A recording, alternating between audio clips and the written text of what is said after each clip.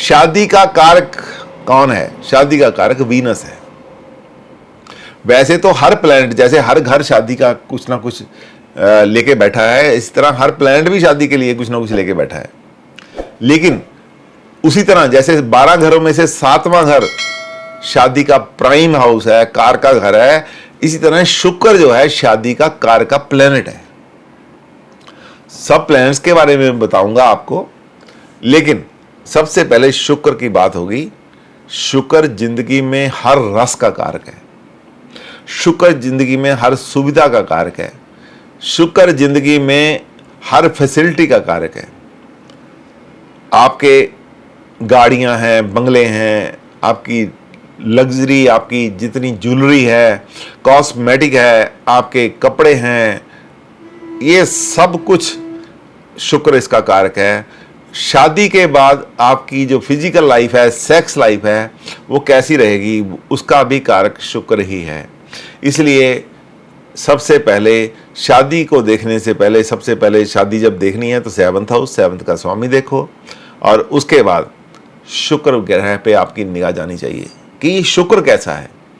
अपनी अच्छी राशि में बैठा है, अपने दोस्त की राशि में बैठा है, उच्च की राशि में बैठा है, नीच की राशि में बैठा है, किसी अच्छे प्लैनेट से एसोसिएटेड है या बुरे प्लैनेट से एसोसिएटेड है, अच्छे प्लैनेट के नक्षत्र में बैठा है या बुरे प्लैनेट के नक्षत्र में बैठा है, कोई बुरा प्लैनेट इसको देख रहा है या अच्छा प्लैनेट भी देख रहा है। तो ये सारी चीजें आपकी क्वालिटी ऑफ मैरिज को डिसाइड करती हैं। शुक्र की स्थिति आपकी क्वालिटी ऑफ मैरिज को बताती है, दर्शाती है। इसलिए शुक्र की भूमिका बहुत बड़ी है। आपके पास मैंने नोट्स भेज रखे हैं, वो शुक्र के बारे में बात करते हैं। तो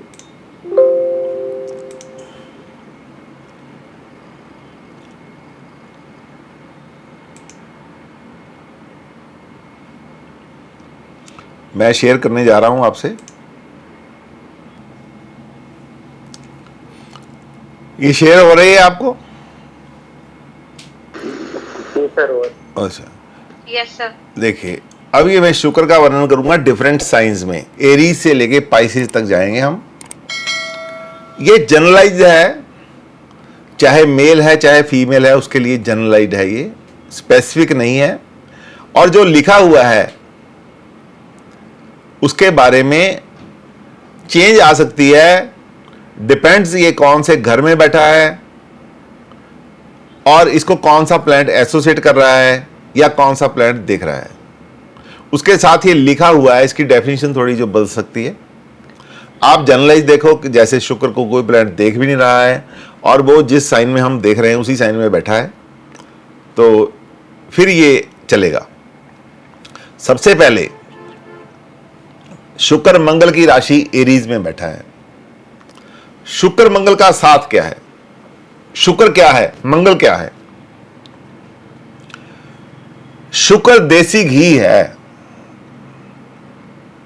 बिल्कुल प्योर देसी घी, और मंगल आग है, आग।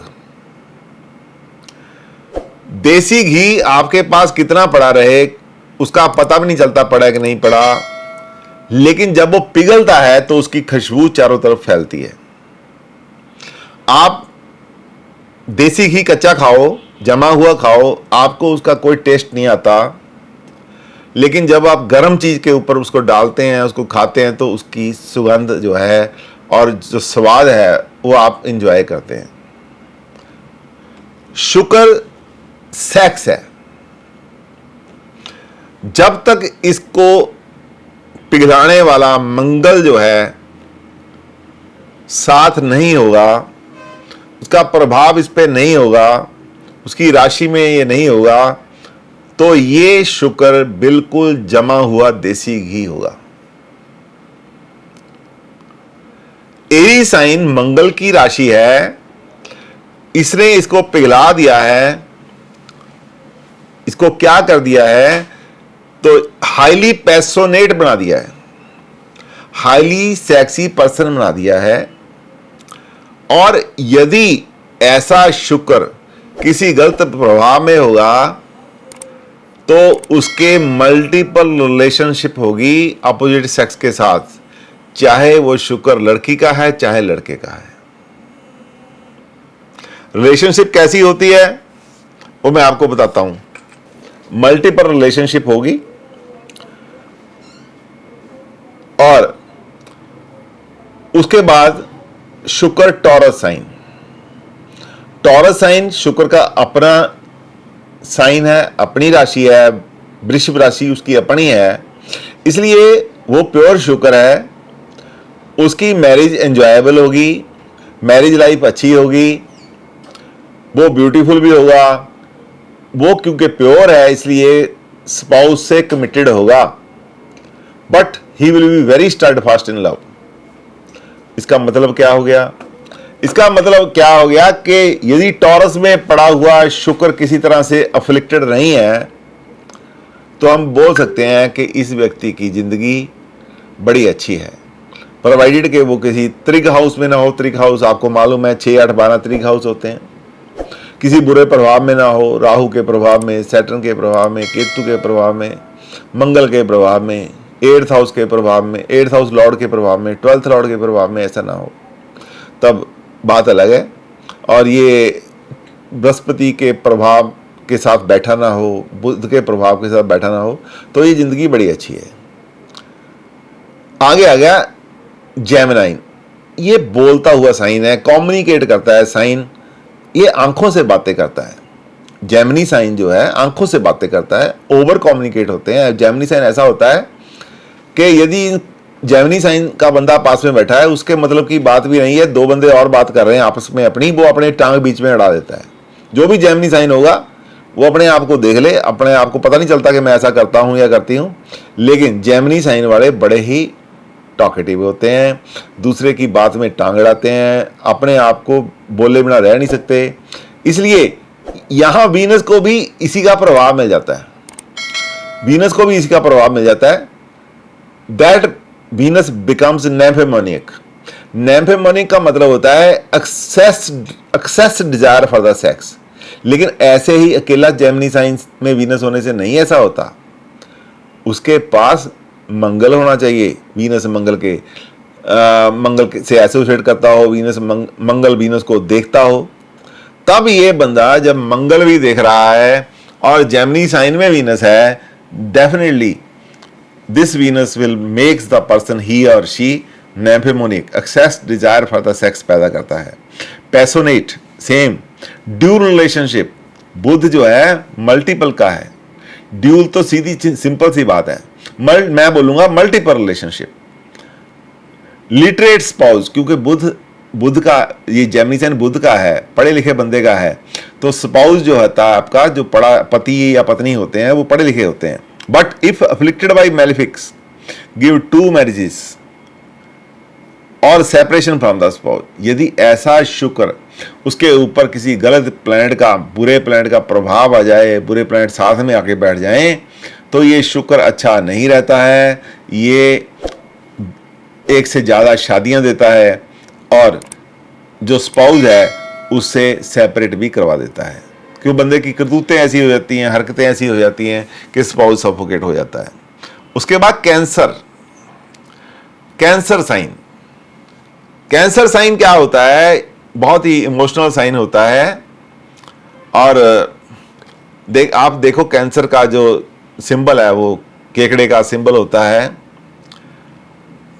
और ये केकड़ा क्या चीज है? ओवर इंडल्जेंस इन सेक्स देता है। कि इमोशनल साइन है ना, ओवर इंडल्जेंट इन सेक्स बोलता है, बंदे को बना देता है, क्योंकि शुक्र जो है सेक्स का देता है और जो राशि है वो जलीय राशि है और दूसरी तरफ से इमोशनल राशि है। शुक्र ने अपने इमोशन देने हैं, क्योंकि सेक्सुअल अरोजल देता है बंदे को।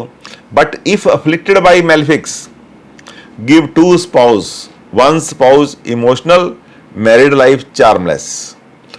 उसमें क्या होता है? पहले आपकी एक पत्नी होती है या पति होता है, तो आपके दूसरी तरफ अफेयर लग जाते हैं। तो जो अफेयर होंगे नेचुरली थोड़े इमोशनल होंगे, एक बंदा इमोशनल उसमें हो जाता है, तो उससे क्या होता है, शादी आपकी बर्बादी हो जाती है। शादी की मैरिड लाइफ तो अच्छी नहीं रहती है, लेकिन जो इंसान है वो 2 शादियां एंजॉय करता है, एक को परमानेंटली रख लेता है, कीप रख लेता है। लियो, अब ये सूर्य की राशि है, सूर्य राजा है, उसका राज दरबार की तरफ ज्यादा ध्यान है, एडमिनिस्ट्रेशन की तरफ ज्यादा ध्यान है। वो क्या है, रोमांटिक नहीं रहा, वो रोमांटिक नहीं रहा। सूर्य इतना गर्म होता है, इसके पास आया शुक्र तो पिघला देगा। देखिए ऐसा होता है, शुक्र, ये जो घी है ना, घी की खुशबू जब तक रहती है, जब इस तक ये पिघला हुआ है, जब ये उड़ने लग गया फिर खुशबू खत्म हो जाती है। जब सूर्य के पास शुक्र आएगा, देसी घी आए, तो उड़ जाएगा वो।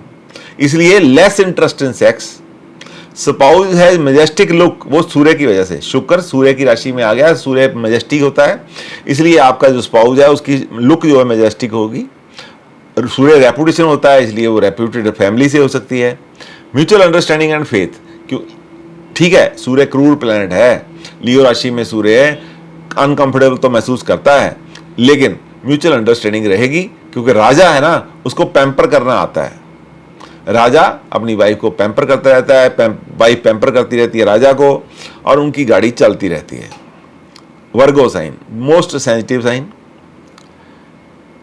और ये ऐसा साइन है जिसको सेक्स की भूख नहीं होती, इमोशंस की भूख होती है। Get satisfied with affections and love during conjugal then sex. इनको सेक्स की भूख कम होती है, इकट्ठे बैठने की भूख ज़्यादा होती है। इसलिए ये लोग चाहते हैं कि मेरा स्पाउस जो है सेक्स की मशीन ना हो, मेरा जो स्पाउस है मुझे प्यार करने वाला हो, मेरे को समझने वाला हो, मैं उसकी कदर करूं, वो मेरी कदर करे। और likes the associate of lower caste person of opposite sex ideal spouse. Ideal spouse होती है, लेकिन ऐसे इमोशनल लोग होते हैं, इवन लोअर कास्ट के पर्सन को भी ये पसंद कर सकते हैं। लिब्रा, तुला राशि, शुक्र की राशि है ना, इसलिए शुक्र अपनी राशि में हमेशा खुश रहेगा। लेविश मैरिज होगी, लव मैरिज भी हो सकती है, वो खुले ख्यालातों का होता है, और उसकी वाइफ भी बहुत खूबसूरत होती है जनरली। अनलेस अफ्लिक्टेड बाई, ये आपको साथ में लेके चलना है टूल। अनलेस अफ्लिक्टेड बाई, कोई अफ्लिक्शन आ गई तो ये काम खराब हो जाएगा। अदरवाइज लिब्रा में अनअफ्लिक्टेड वीनस बैठा है तो किसी तरह की परेशानी नहीं है। आगे आ गया स्कॉर्पियो, कालपुरुष की कुंडली का 8वां घर, जहां बेइज्जती भी होती है, जहां इंसल्ट होती है, वहां पे हर्डल्स आती हैं, रुकावटें होती हैं। ये मंगल का घर है। मंगल क्या कराएगा, मंगल तो देसी घी को पिघला देगा। Extra marital affair, pre mature ejaculation, ज़्यादा एक्साइट हो जाते हैं लोग, सेक्स करने से पहले ही इंजैकुलेट हो जाते हैं, डिस्चार्ज हो जाते हैं। क्वालसम स्पाउस, जो स्पाउस होती है वो मंगल की ईगो के साथ झगड़ा करने वाली हो जाती है। मंगल ईगो भी देता है, इसलिए वो झगड़ा भी कर सकती है। 8वें घर का मालिक है कालपुरुष की कुंडली का, वहां पे झगड़े होते रहते हैं, इसलिए ये क्वालसम होती है। सैजिटेरियस, धनु राशि, बृहस्पति की राशि है। Peaceful and successful married life, no serious flirt affairs, थोड़े बहुत होते हैं लेकिन सीरियस अफेयर नहीं होते। कैप्रिकॉर्न, शनि की राशि है। शनि जो है बंदे को इंडिसिजिव बनाता है। Wavering and temporary love affair, कहीं फिक्स नहीं होते। Loss of reputation due to affairs, 10वां घर है ना, 10वें घर में होती कैप्रिकॉर्न राशि। कालपुरुष की कुंडली में 10वें घर कैप्रिकॉर्न राशि होती है। अब होता क्या है फिर, 10वां घर का नेम फेम है, वहां पे जब आपके अफेयर होते हैं दुनिया को पता चल जाता है, इसलिए आपकी बदनामी हो जाती है। Quarrelsome, boastful wife, delay in marriage, Shukra Shani की राशि में हो, शुक्र शनि के साथ बैठा हो, मैरिज में डिले देता है। एक्वेरियस शनि की बहुत बड़ी राशि है। एक्वेरियस बदमाश, ये कैप्रिकॉर्न बदमाश राशि है। एक्वेरियस बहुत साऊ राशि है। ये jolly and nice nature spouse देती है। चेस्ट इन सेक्स हैबिट्स, पवित्र होती है सेक्स हैबिट्स में। ऐसा नहीं किसी के पास घूमता रहता है बंदा या घूमती रहती है, दोनों चेस्ट होते हैं। Late marriage, unsuccessful love affair, इनका शादी में लव अफेयर हो भी जाए तो अनसक्सेसफुल होते हैं, वापस आ जाते हैं वहीं। पाइसिस, 12वां घर है। 12वां घर कौन सा होता है? बेडरूम का घर होता है। और पाइसिस साइन जो होता है वो भी ऐसा ही होता है, बृहस्पति का बूस्टफुल साइन होता है। Many love affair but successful marriage in the end, sensible wife होती है, उस पर को शुक्र का प्रभाव होता है। तो ये आपको थोड़ा सा मैंने इंट्रोडक्शन दिया है शुक्र के बारे में, थोड़ी सी इंट्रोडक्शन दी है मैंने घरों के बारे में। तो इतना भी बताता हूँ कि पत्नी के लिए बृहस्पति पति का कारक माना जाता है, और आदमियों के लिए, मेल्स के लिए वीनस पत्नी का कारक माना जाता है। मंगल को कहीं कहीं किसी ना किसी ग्रंथ में कई बार पति का कारक माना गया है, वो उसकी एनर्जी को माना गया है। ये कुछ बातें हैं जो मैंने आपको बताई हैं कि वीनस का क्या सीन होता है और मंगल का क्या सीन होता है, मंगल की भावना क्या होती है, शनि की भावना क्या होती है। सूर्य क्रूअल प्लैनेट है, बुरा नहीं है, सूर्य क्रूअल है, बूस्टफुल है, अहंकारी है, एडमिनिस्ट्रेटर है, राजा है, अपने तरीके से चलाता है, इसलिए सूर्य का 7th हाउस में होना अच्छा नहीं होता। बुध एंच प्लैनेट है, बुध के बारे में हिजड़ा प्लैनेट है बुध, क्योंकि देखो बुध को किसी किसी जगह मेल कहा गया है, किसी किसी जगह फीमेल कहा गया है। बुध एक ऐसा तांत्रिक प्लैनेट है, जैसे आपने पिक्चरों में देखा होगा कि बंदा बहरूपिये की तरह अपना बदल लेता, कभी वो लड़की बन जाता है, कभी लड़का बन जाता है, उसके पास बुध की क्वालिटीज होती हैं। बुध एक ऐसा प्लैनेट है जिसको मोहिनी बोलते हैं। इस बुध ने ही जब समुद्र मंथन हुआ था, धोखा देने के लिए भगवान विष्णु का साथ दिया था, राक्षसों को धोखा देने के लिए। मोहिनी है ये। जब मोहिनी है तो ये मोहन भी है और मोहिनी भी है। जब ये मोहन है तो मेल है, जब मोहिनी है तो फीमेल है। एज ए प्लैनेट इसको फीमेल रखते हैं, लेकिन इसकी रेपुटेशन हिजड़े की है, हिजड़े की रेपुटेशन है। जब ये मेल है तो राजकुमार है, फीमेल है तो राजकुमारी है, लेकिन रेपुटेशन क्या है? हिजड़ा है। किसी के साथ बैठ जाए उसके जैसा हो जाता है।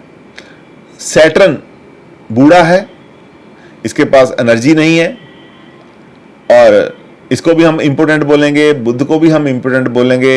ये दोनों प्लैनेट किसी के साथ में घर में बैठ जाएं, आप आंखें मीच के बोलो कि आपका हस्बैंड जो इंपोर्टेंट है, आपकी सेक्स डिजायर पूरी नहीं कर पाता। तो ये बुध है, और जो शनि है ये एंच प्लैनेट है। बृहस्पति जिसके 7th हाउस में आ जाए, किसी लड़की के 7th हाउस में बृहस्पति आ जाए, वो अपने हस्बैंड को हमेशा बोलती रहेगी कि यू डोंट अंडरस्टैंड मी, आपने मुझे कभी समझा ही नहीं है। हालांकि पति का कारक है, लेकिन लड़की की पत्नी में जहां कारका है, कारका भावनाशम, कारका अपने भाव को नाश करता है, इसलिए पत्नी हमेशा सोचेगी बढ़िया होगा, उसका स्पाउस बढ़िया होगा, धार्मिक होगा, लिटरल होगा, लेकिन उसके दिमाग में आएगा यार मेरा हस्बैंड जो है ना, कभी उसको हमेशा ये अलावा मिलेगा कि आपने तो मुझे कभी समझा ही नहीं। तो ये कुछ बातें हैं जो मैंने आपको बताई हैं। और चंद्रमा इमोशनल होता है, अच्छा इमोशन से बात करता है।